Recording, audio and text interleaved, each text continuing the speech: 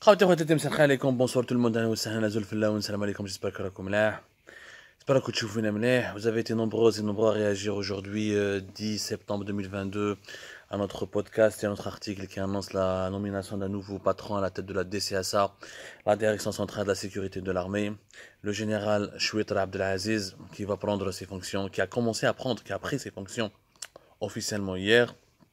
Ça n'a pas été annoncé dans la presse, ça n'a été annoncé nulle part. Nous sommes le seul média en Algérie à en avoir parlé. Je vous ai parlé de la nécessité des défis que doit relever le général-major, c'est pas un général-major, hein. Peut-être qu'il va monter le général-major, on lui souhaite que du meilleur à la Kulihal, on lui souhaite bien du courage dans sa nouvelle mission. Mais j'aimerais quand même revenir sur la problématique de la stabilité de nos institutions sécuritaires. La DCSA, avec combien d'anciens directeurs de la DCSA, d'anciens patrons de la DCSA a fait de la prison en Algérie? Depuis 2019 à 2022, le colonel Bob, il a fait de la prison en 2019. Il était premier patron de la DCSA entre Kidjaged Saleh durant toute l'année, pratiquement 2019, entre notamment avril 2019 et l'été 2019. On va dire le général Abdelwahab Babouri. Abdelwahab Babouri, dès qu'il a été limogé vers la fin de l'année 2019, Kif. Il a fait quelques temps plus tard, il a fait de la prison, ensuite il a été libéré quelques mois plus tard, en 2020, si je ne me trompe pas. Mbouad Jamouara, général Nabil Ben Azzouz. Général Nabil, il est resté jusqu'à printemps 2020, ensuite il est tombé dans le sillage de la chute de son compagnon, de son mentor, le général Wassini Bouazza, l'ex-patron de la DGS, Direction générale de la sécurité intérieure. Au général Nabil Ben Azzouz, il a fait de la prison, il est encore en prison. Mais l'ex-patron de la DCSA, le général Othman Ben Miloud, il est encore en prison. Il a été emprisonné au Watani. Et tous les anciens patrons de la DCSA sont en prison. Ou donc c'est Ali Oulzmili, il risque d'être lui-même, parce que son frère est en prison, le colonel Omar, il risque d'être rattrapé par les affaires judiciaires de son frère. Il pourrait lui aussi faire un long séjour en prison. Pour la stabilité de nos institutions, la DCSA a des lors de la restructuration des services secrets, entre 2012, 2013 jusqu'à 2015, depuis qu'on l'a retiré des services secrets à l'armée, l'état-major de l'AMP, il n'y a que des crises d'instabilité. Trop d'instabilité, c'est vraiment inquiétant. C'est vraiment inquiétant. Moi, je lance un message. Je lance un message, il y a un appel. Moi, je suis qu'un journaliste. Moi, je constate qu'il y a une nécessité de stabiliser nos institutions. À chaque fois on nomme un patron, il reste quelques mois, ensuite il va en prison. Mais la prison en Algérie est devenue un club de vacances. C'est pas crédible pour l'État algérien. Comment les puissances étrangères ou les régionales ou la mondiale vont nous regarder? Ils vont nous prendre pour des fous, ils vont nous prendre pour des gens qui ne sont pas crédibles. Toi, quelqu'un, tu lui donnes de l'enseignement militaire. Il prend le renseignement militaire en main, il le dirige pendant une année ou les 2 ans, ou les quelques mois. Après, il a fait l'habs. Il y a un problème. Quand tu as ça reste un cas isolé, mais 3, 4, 5 patrons d'un service de renseignement militaire sensiblement dangereux, très délicat, stratégique, se retrouve en prison, il y a des questions qu'on est en droit de se poser. Bon, il y a 2 explications. Qu'il y a une guerre de clans, une éternelle guerre des clans entre les composants du régime algérien. Qu'il y a que non, c'est pas une guerre de clans, c'est justifié, c'est de la lutte contre la corruption. Dans les 2 cas, les explications sont dangereuses et sont même inquiétantes et alarmantes. Si vraiment c'est une guerre de clans, ça signifie que nous n'avons pas d'État, que nous avons un ensemble de pôles de décision, de lobbies qui essaient de se disputer le pouvoir. Et donc nous n'avons pas d'institution. Quand un clan est puissant, il dirige. Dès qu'il est affaibli, un autre clan le remplace, il se venge contre lui. Il y a des campagnes de nettoyage, de vengeance. Il y a comment on appelle ça, des purges, où les purges ados, ils portent préjudice à notre État parce qu'on n'a pas d'institution. Rien n'est stable. Donc, l'équipe, l'ancienne équipe, elle a remplacé l'ancienne équipe est remplacée par une nouvelle équipe, et la nouvelle équipe fait tout pour emprisonner les membres de l'ancienne équipe, et vice versa. Donc aucune stabilité. C'est-à-dire que c'est demain, nous devons affronter un ennemi extérieur.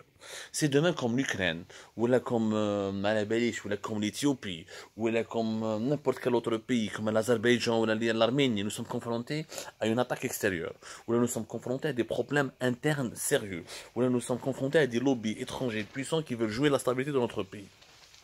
Avec quoi nous allons les affronter? Si nous sommes nous-mêmes désunis, si nous-mêmes, c'est sur le plan interne, nous avons des institutions qui sont trop fragilisées par des séries de limogeages, de remplacements, d'emprisonnement, de séjours interminables en prison, des procès, des méga procès, ou des procès expéditifs, ou des méga procès pour corruption, ou des procès pour haute trahison. Quel état? Quel état? Nous sommes en 2022. Ça fait pratiquement, c'est la 4e année depuis 2019. La 3e année, j'ai du mal à compter parce que je perds mon latin. Depuis 2019, le pays n'a jamais été aussi déstabilisé. Plus de 18 ministres en prison. 3 anciens premiers ministres en prison. Vous vous rendez compte? 3 anciens premiers ministres en prison. Mais à un moment donné, il faut qu'on se pose des questions. Il faut qu'on se dise, est-ce que réellement, dans un pays où plus de 18 000, le nombre des généraux, à la fin de l'année 2019, il y avait plus de 150 officiers militaires en prison. Entre généraux, généraux-majors, colonels, les petits capitaines, 150.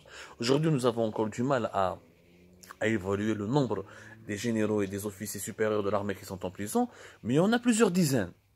Peut-être qu'ils ne sont pas à 150 comme Fort el-Gaïd, mais ils ont au minimum 70, 75. Ou les 60 minimum. À un moment donné, il faut qu'on s'interroge sur cette logique répressive de l'emprisonnement. Quand un haut responsable dirige, ou là un ancien dirigeant d'un service de sécurité sensible, ou là d'un département ministériel régalien, ou là quelqu'un qui a occupé des fonctions suprêmes au plus haut sommet de l'État algérien, quand il fait une connerie, ou là il a fait une connerie, ça arrive à tout le monde, même dans les grandes puissances, chef Nicolas Sarkozy, il a fait une connerie, le financement libyen, etc. Jacques Chirac, en France, le scandale des emplois fictifs de la mairie de Paris. Aux États-Unis, l'affaire Watergate. Dans tous les États du monde, il y a des scandales. Sauf que l'Algérie est le seul État qui emprisonne de manière humiliante et méprisante l'ensemble de ses anciens dirigeants, sans aucun aménagement. C'est-à-dire en Algérie, tu es puissant un jour, tu deviens prisonnier le lendemain. Tu es l'homme le plus puissant du pays pendant quelques mois. Juste plus tard, juste après, tu deviens un clochard. C'est une clochardisation de l'État. C'est ça la clochardisation. Ouais, les États-Unis n'ont pas mis en prison le président Nixon pour Watergate. Pourquoi Donald Trump? Il a volé des documents classés secret défense, des documents sensibles. Miami. Est-ce qu'ils ont cherché à l'emprisonner ou à l'incarcérer? En France, Nicolas Sarkozy, il a eu un procès, un long procès qui a duré des années d'ailleurs, qui dure depuis des années. En Algérie d'ailleurs, les procès pour des affaires graves, politiques ou financières, ça dure que quelques semaines à quelques mois. Et on a en même temps des enquêtes. C'est pour ça que la piste de la guerre des clans est toujours privilégiée lorsqu'on assiste à ces changements, etc. Ça ne veut pas dire que le général Choueter Abdelaziz ne mérite pas son poste. Je ne parle pas de ce cas-là. Je parle en général. En général, il y a une nécessité pour l'Algérie d'arrêter cette politique des emprisonnements. Les dirigeants politiques, les dirigeants militaires, ça discrédite l'État, ça fait de notre pays un pays de voyous. Ça donne l'image que nous sommes un pays de mafia, un pays de voyous, un pays de délinquants. C'est ça l'image que nous donnons de notre pays. Parce qu'à un moment donné, on ne juge pas un ancien ministre, un ancien premier ministre, un ancien président, un général comme n'importe quel individu. Parce qu'il a occupé des fonctions qui sont censées être exemplaires, des fonctions où il avait de l'influence, où il avait une prise de décision. À un moment donné, cette punition doit être adaptée à son parcours, à sa fonction. T'as quitté l'armée des généraux, la baisse. Ton armée est une armée une armée qui n'est pas sérieuse. Personne ne va te prendre au sérieux. Personne ne va te prendre au sérieux. Non, un autre traitement est possible. Premièrement, veiller sur la stabilité de nos institutions. Avant de nommer des gens pourris, il faut vérifier qu'ils ne soient pas pourris. C'est ça, c'est pour ça qu'il y a des enquêtes d'habilitation, la méritocratie, confier des postes sensibles à des gens qui sont méritants, qui sont compétents. Donc il faut d'abord nommer l'homme qu'il faut, à la place qu'il faut, ou là dans le poste qu'il faut. Il faut réhabiliter la compétence. Quels les problèmes que nous avons dans notre pays parce que les nominations sont basées sur le népotisme, le favoritisme, le bénéamisme, le clanisme, mais jamais sur la méritocratie et la compétence. Donc pour éviter tous les problèmes, il faudrait que le général-major, le ministre, le premier ministre, le président, le chef de l'État, le ministre, le juge, tous les postes sensibles et décisifs et régaliens d'un pays, il faut qu'ils soient occupés par des gens qui ont la compétence nécessaire, qui ont le mérite d'occuper ces fonctions. Parce que c'est d'abord, avant d'être un privilège, c'est d'abord une responsabilité. Deuxièmement, quand il y a des scandales, des maladresses, des erreurs, il faut adapter le traitement judiciaire à la fonction. On ne met pas autant de ministres en prison. On ne met pas autant de généraux en prison. Non, on est en train de casser l'image du pays. Nous avons d'abord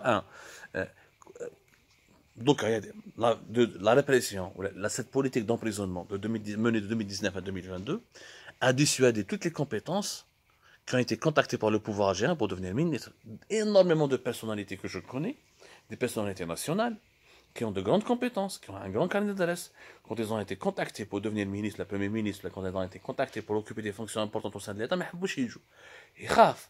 يقول لك انا يديروا لي كيما ويحيى يديروا لي كيما سلال يخدموا بيا يمسحوا بيا الموس tous les problèmes du pays je vais porter le chapeau pour tous les problèmes du pays ils vont m'utiliser comme faire valoir ils vont m'utiliser comme bouc émissaire là c'est pour ça que dans des remaniements ministériels qui ont été effectués depuis l'arrivée de Tebboune au pouvoir c'est des petits remaniements parce qu'il n'y a pas des gens qui acceptent de prendre les postes les vraies compétences les vraies personnalités brillantes mais يجيكش نقول لك انا نجي نخدم دوكا باش يحطوني في الحبس On m'a dit qu'il y a une campagne médiatique, il redonner le plus corrompu, il n'y a pas de justice, il n'y a pas de procès équitable, je ne serai pas entendu, je ne pourrai pas me défendre. Non. Nous avons détruit, nous avons clochardisé l'État. Nous avons clochardisé les institutions les plus sensibles du pays, que ce soit l'armée, les services secrets ou les services secrets de l'armée ou le gouvernement. Nous avons clochardisé par cette brutalité, par cette banalisation de la prison, par cet usage excessif à l'emprisonnement arbitraire. Il est temps de réhabiliter les institutions. Il est temps de défendre l'intérêt général. Il est temps de préserver notre pays, sa stabilité. Pour cela, il faut moins de brutalité, plus de bon sens, plus de patriotisme et de préoccupation de l'intérêt général.